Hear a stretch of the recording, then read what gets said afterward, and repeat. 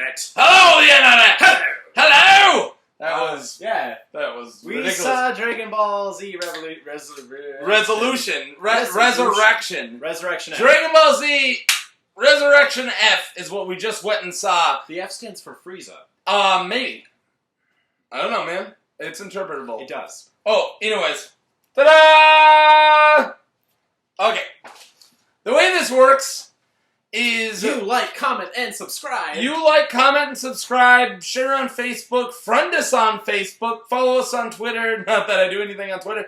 But definitely like us on Facebook. Call us idiots on the internet. Call us in. Oh, yeah. We've had a couple dislikes now, and I love it. Yeah. Keep that shit up. That's awesome, man. That's Yeah. feedback. What? Yeah. Next time, tell us why. Yeah, please. We want you to like us, but if you don't, that's okay too. We'll also tell us why we suck. Yeah. Okay, anyways. Like and subscribe, share, all that good stuff. Now let's get to the fucking meat and potatoes. We just went and saw Dragon Ball Z Resurrection F. We are both unadulterated, Massive. huge Dragon Ball Z fans, which makes this really tough, really difficult on us. I would really want to see a rating of somebody who's never really given a shit about Dragon Ball Z and what they thought. Well, I'd be really confused. They wouldn't... Well, yeah, but, or never really cared for Dragon Ball Z, or why, things like that. But we tried our best to give our 1 out of 10 rating. Oh, by the way, Mark Billy. We tried the best to make it as balanced and non-biased as possible, because we are huge Dragon Ball we are Z huge, fans, and anytime a new Dragon Ball Z comes out, I'm ready to, fucking take my money. Go ahead, here. But anyways, I did that already. My wallet's ready over there. So, let's break this down. The way this works is we do our positives, and then we do our negatives, and then we give you guys a 1 out of 10 custom tailorized ratings. And I'm going to drink my beer. And I will start with my negatives. What? That's not how it works. Start with the positives. But also, quick little synopsis. This is the first thing we do. So, Frieza gets brought back to life because of Earth's Dragon Balls. And wants to fuck shit up. Vegeta and Goku have been training, and a battle ensues. Did I miss anything? They're training with Whis, which is a throwback to the... Yeah, alright, you could say that. Yeah. It's a throwback to the Battle of the Gods. In Battle of the Gods, I love, and Whis and Beerus from Battle of the Gods quickly became some of my favorite characters. Yeah, they... More than a lot of side characters. I'll take those two in a movie. Over, Shin... I was gonna say Vito. Supreme Kai. Yeah. That shit. Those are all cool characters. I really missed King Kai in this. That void was something I told him. Yeah, we'll I just thought about that now. But anyways, that was, the storyline. Okay, cool. Positives, jump on them. The sound was an amazing sound experience. mixing was great. Seeing this movie in theaters, I probably, if you'd asked me before I saw this movie in theaters, I probably wouldn't have cared whether or not I saw it in theaters a whole lot. Oh, I did. But after experiencing it in theaters, the sound mixing is incredible, and the voice acting is great. Shout out to the members of Team 4-Star who were in it. I don't know exactly who they played, but I think one of them was Jocko. He sounded like the voice of Goku from Dragon Ball Z Abridged. I think, I'll probably have to double check that later and look like an idiot, but I think that's who that was. But anyway, great work. All the voice actors, all of them, just great work. Yeah, I even like the new Frieza. Yeah, no, me too. And a lot of people were they're recasting Frieza. You really liked you were that attached to that extremely endogenous voice? Right. It was fine, but you were attached to it. If you recast Piccolo, Vegeta, or Goku, I'm freaking out. Fuck that. But you're really that attached to Frieza's voice? I thought that it was a good change. I didn't mind it at all. And after 5 minutes, I forgot about it. Right, me too. Yeah. So sorry to the original voice actor that did Frieza. No. Not talking shit. I'm sorry. But you were good too. We're just saying it didn't make us mad. Also, the parts of it that were hand drawn were beautiful. Beautiful movie. I love hand drawn animation, and there was a lot in this movie that was hand drawn, and it was gorgeous. Oh yeah, gorgeous. Very gorgeous. This movie, that's going to be my biggest positive, is visuals. 100%. There is something special about nowadays with some technology or some of the budget I went and watched, right before I left, I went and watched episode 1 of the Saiyan Saga, Dragon Ball Z, and that's not the best animation. Look, it was beautiful, but, it's not They like... took shortcuts. They took shortcuts. They didn't have a lot of people working on it. There's that scene later on in the first season where you see Nappa and Vegeta and their color schemes are completely different. You knew that there was only a few people working on it and they didn't have a high budget.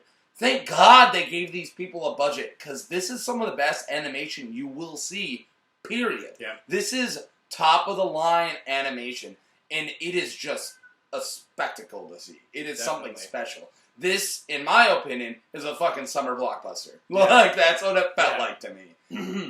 There were people getting turned away at the door for tickets.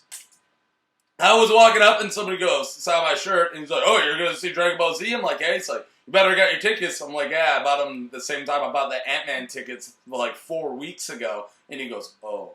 I'm like, "Sorry, man." Of course, like, what are you thinking? There's more than 30 Dragon Ball Z nerds in this city, There's only 30 seats. Anyways. So, I got a lot more positives. I love a lot of the action, period. I'll get more seeing into Master Roshi fighting. Spoiler. Yeah. Spoiler. But you saw it in the trailer. Okay. But I'm going to get into what I hate about a lot of Dragon Ball Z fighting.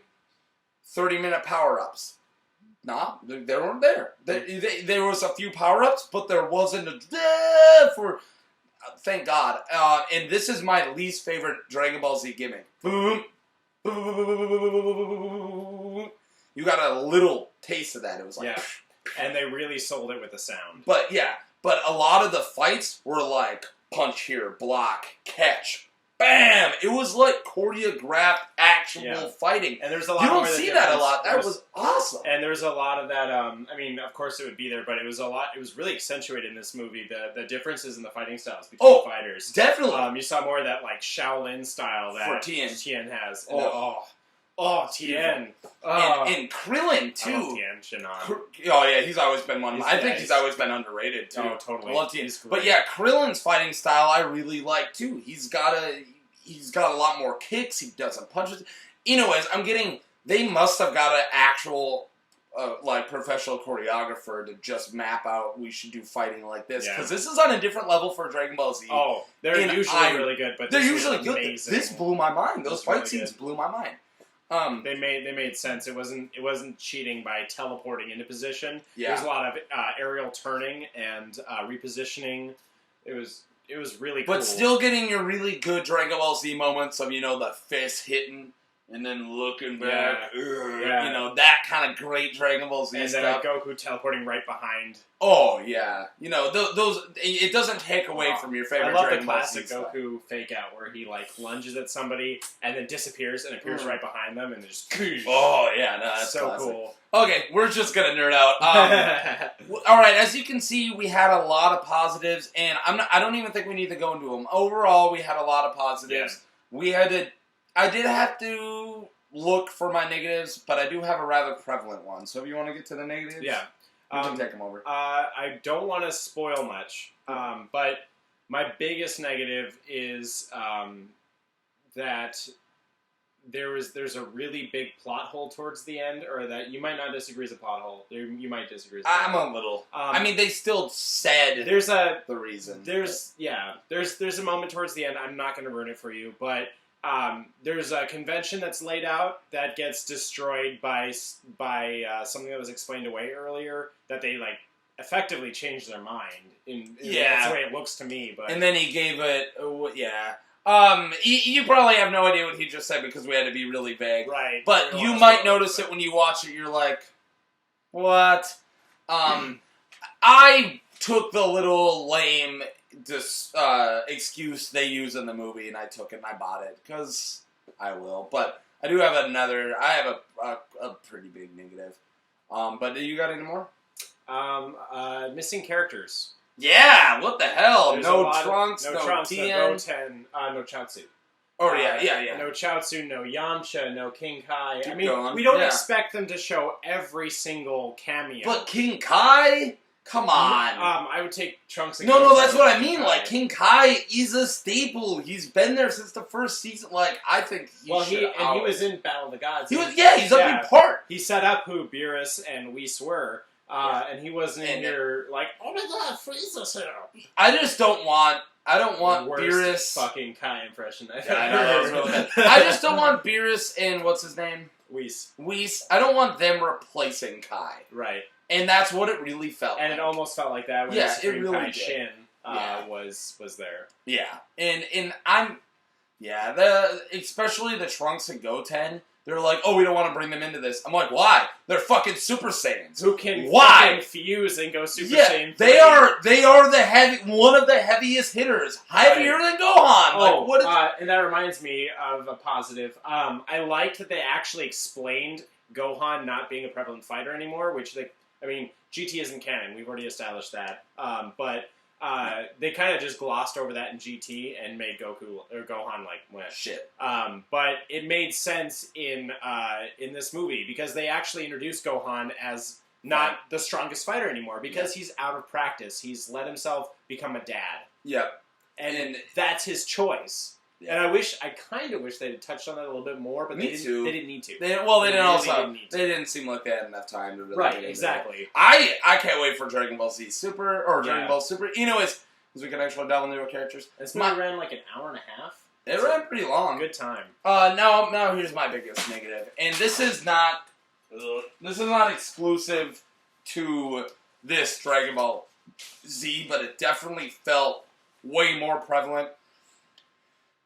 The juxtaposition of comedy and action takes all the tension away from the biggest conflict. Right. Because there's the biggest, it's not a spoiler, Goku and Frieza are fighting. And I'm supposed to be like, oh god, this is stakes. Dire. There are stakes and shit. Yeah. But every couple minutes, somebody downplays it. Right. Vegeta's like, when are you going to Murder. take me in? And I'm like, I'm not feeling any tension. And then finally you get to see Goku kind of get beaten up. And then it flips to like a 5-minute fucking joke about Beerus and Whis eating a cupcake. Or a sundae. I don't care. Show me the goddamn fight I came here for. Right. And even, you could have shown me all those jokes. But cutting them in between the action, when it gets back to the action, I was just watching it like, this is really pretty. You actually reminded me It took all the emotional tension out. You actually reminded me of a pretty big, it's a mix between a negative and a positive. There's always been this convention in Dragon Ball Z where the previous person is defeated, and then a new villain comes along who's infinitely more powerful than the previous, and our heroes have to power up and train, or enter the hyperbolic time trainer, dance, or put on new earrings. They have to do something that makes them stronger. And there's only so far you can carry that before it starts to get stale. And I'm not the first person to say that. No, I've always said that. Right. So they did something new in this movie that I really liked and hated at the same time. Yeah. They introduced a personality trait being more important than being strong. Yeah. And that's cool, but it was kind of weak the way that they introduced it. It could have been much bigger, and it could have been more dire in the way that it was introduced. And I just you can disagree with what I'm about to say, but even though the old Dragon Ball Z, Boo beat me, so now I gotta eat, put on whatever. Instead of the normal one is much of a cliche it became, it still made the situation bigger, and it still rose those stakes. It did. And this time, I think that was a problem that they didn't use that, or something like that. It's definitely the direction that I've wanted to see Dragon Ball Z taken for a very long time. Since GT was not canon. But I haven't even watched it. I just don't think it was as strong of a twist as it could have been. And and that's all spoily. Yeah, we're trying. And then I'm gonna say, I'm trying to be vague. But and then my biggest flaw, that ending. I didn't think the ending was climactic. No, and it wasn't. And I even turned to you and said 8 minutes before the end, I was like, man, this movie has a really good runtime. And then 8 minutes later, it was over because the plot resolves that fast. Yeah, well, because we were waiting for that now I'm Mega Super, and now you can't do anything about it. That Yeah. classic Dragon Ball Z, which we didn't get. And, it's still good. I still liked it. Oh, no, absolutely. Yeah. I'm going to buy it on Blu-ray. Yeah, no, me too. But yeah, that ending did really seem lackluster, and it was like, oh, well, we had the power to do this the whole time. Let's go home. And I was, okay, cool. It was, the comedy hit better than the fights a lot of the times, too. I think it hit better than Battle of the Gods. Oh, this comedy? Yeah. The comedy landed a lot. Well, you know the fan backlash on Karaoke Vegeta. dancing. I love Karaoke Vegeta, but a lot of people hate it. Okay, we're just gonna ramble. To sum up, it was a good taste of what's to come. Mm-hmm. Definitely a good taste. This will get your mouth wet for Dragon Ball Super. I'm excited. I'm super excited. Now, tell us your favorite Dragon Ball Z moments. Tell us if you've seen this and what you thought about it. And if somebody doesn't say one-headed Kamehameha, they kill Cell. Oh, yeah. Fucking find you. Oh, yeah. But anyways, please, let's nerd out. Let's talk about Dragon Ball Z. Throw it down. Be like, I never really got into Dragon Ball Z. Tell me why. Really intelligently, because I will argue with you. And hey, if you want to talk about Sailor Moon, I can talk to you about that, because I know that too. Fucking message him. Because they're polar opposites. Keep that shit off this page. But alright, anyways, as we already said, like and subscribe, and if you want to comment about Dragon Ball Z, please do. I would love to talk nerd with you people. And we'll see you guys probably soon. You got anything else? Yeah, special shout out to Sean Schemmel, Kyle Hebert, Christopher Sabat, who are 3 huge staples from the original series, who were amazing voice actors in this movie. They are amazing, and they sound great. Yeah, they've been with me since I was like 8 or 9 years old, listening to them on Toonami. Yep. So, well, when you go back and you watch other voice actors or other dubs, bad dubs, you notice immediately, and it takes you up. Have you ever listened to the original British dubs? Yeah. It's so funny. These voice actors are just so spot on with what they do. Yeah. Oh, shit, we still have to do our ratings. Yes, we do. I gave this movie 6.5 out of 10 conspicuously missing characters. No, good one. Alright, I didn't go quite low, but I thought I was going to be giving it a 9.5, so I did feel like it was pretty low. 7 out of 10 tasty desserts. This Sunday, it's not a boob on top of a butt. These are ratings out of a movie. Yes, of a movie. Of a movie in total. If you're a Dragon Ball Z fan, I would probably give it a 7 or an 8 out of 10 for a Dragon Ball Z movie. Yeah, but I rank it behind Lord Slug, definitely, but... Really? Yeah, ahead of the Cooler movie. I'm not gonna get into ranking movies. Tree of Might. I loved it. Yeah? Yeah, it was really it's good. a Tree of Might out of 10. Oh, actually, best... Fuck, man, we shouldn't be getting into this right now. Tell us, what is your favorite Dragon Ball Z movie? My favorite, the Future Trunks one. Best one. I think the one with androids, was it 15? Really? 14, 15? 13. I like that one a lot. 13, 14, 13, 14. There we go. I like that one a lot. I don't know what it's called, but I like that one a lot. I watched that one for the first time when I was 22 years old. Yeah, me too. I think I just watched a little bit ago. Yeah. Alright, bye! Bye!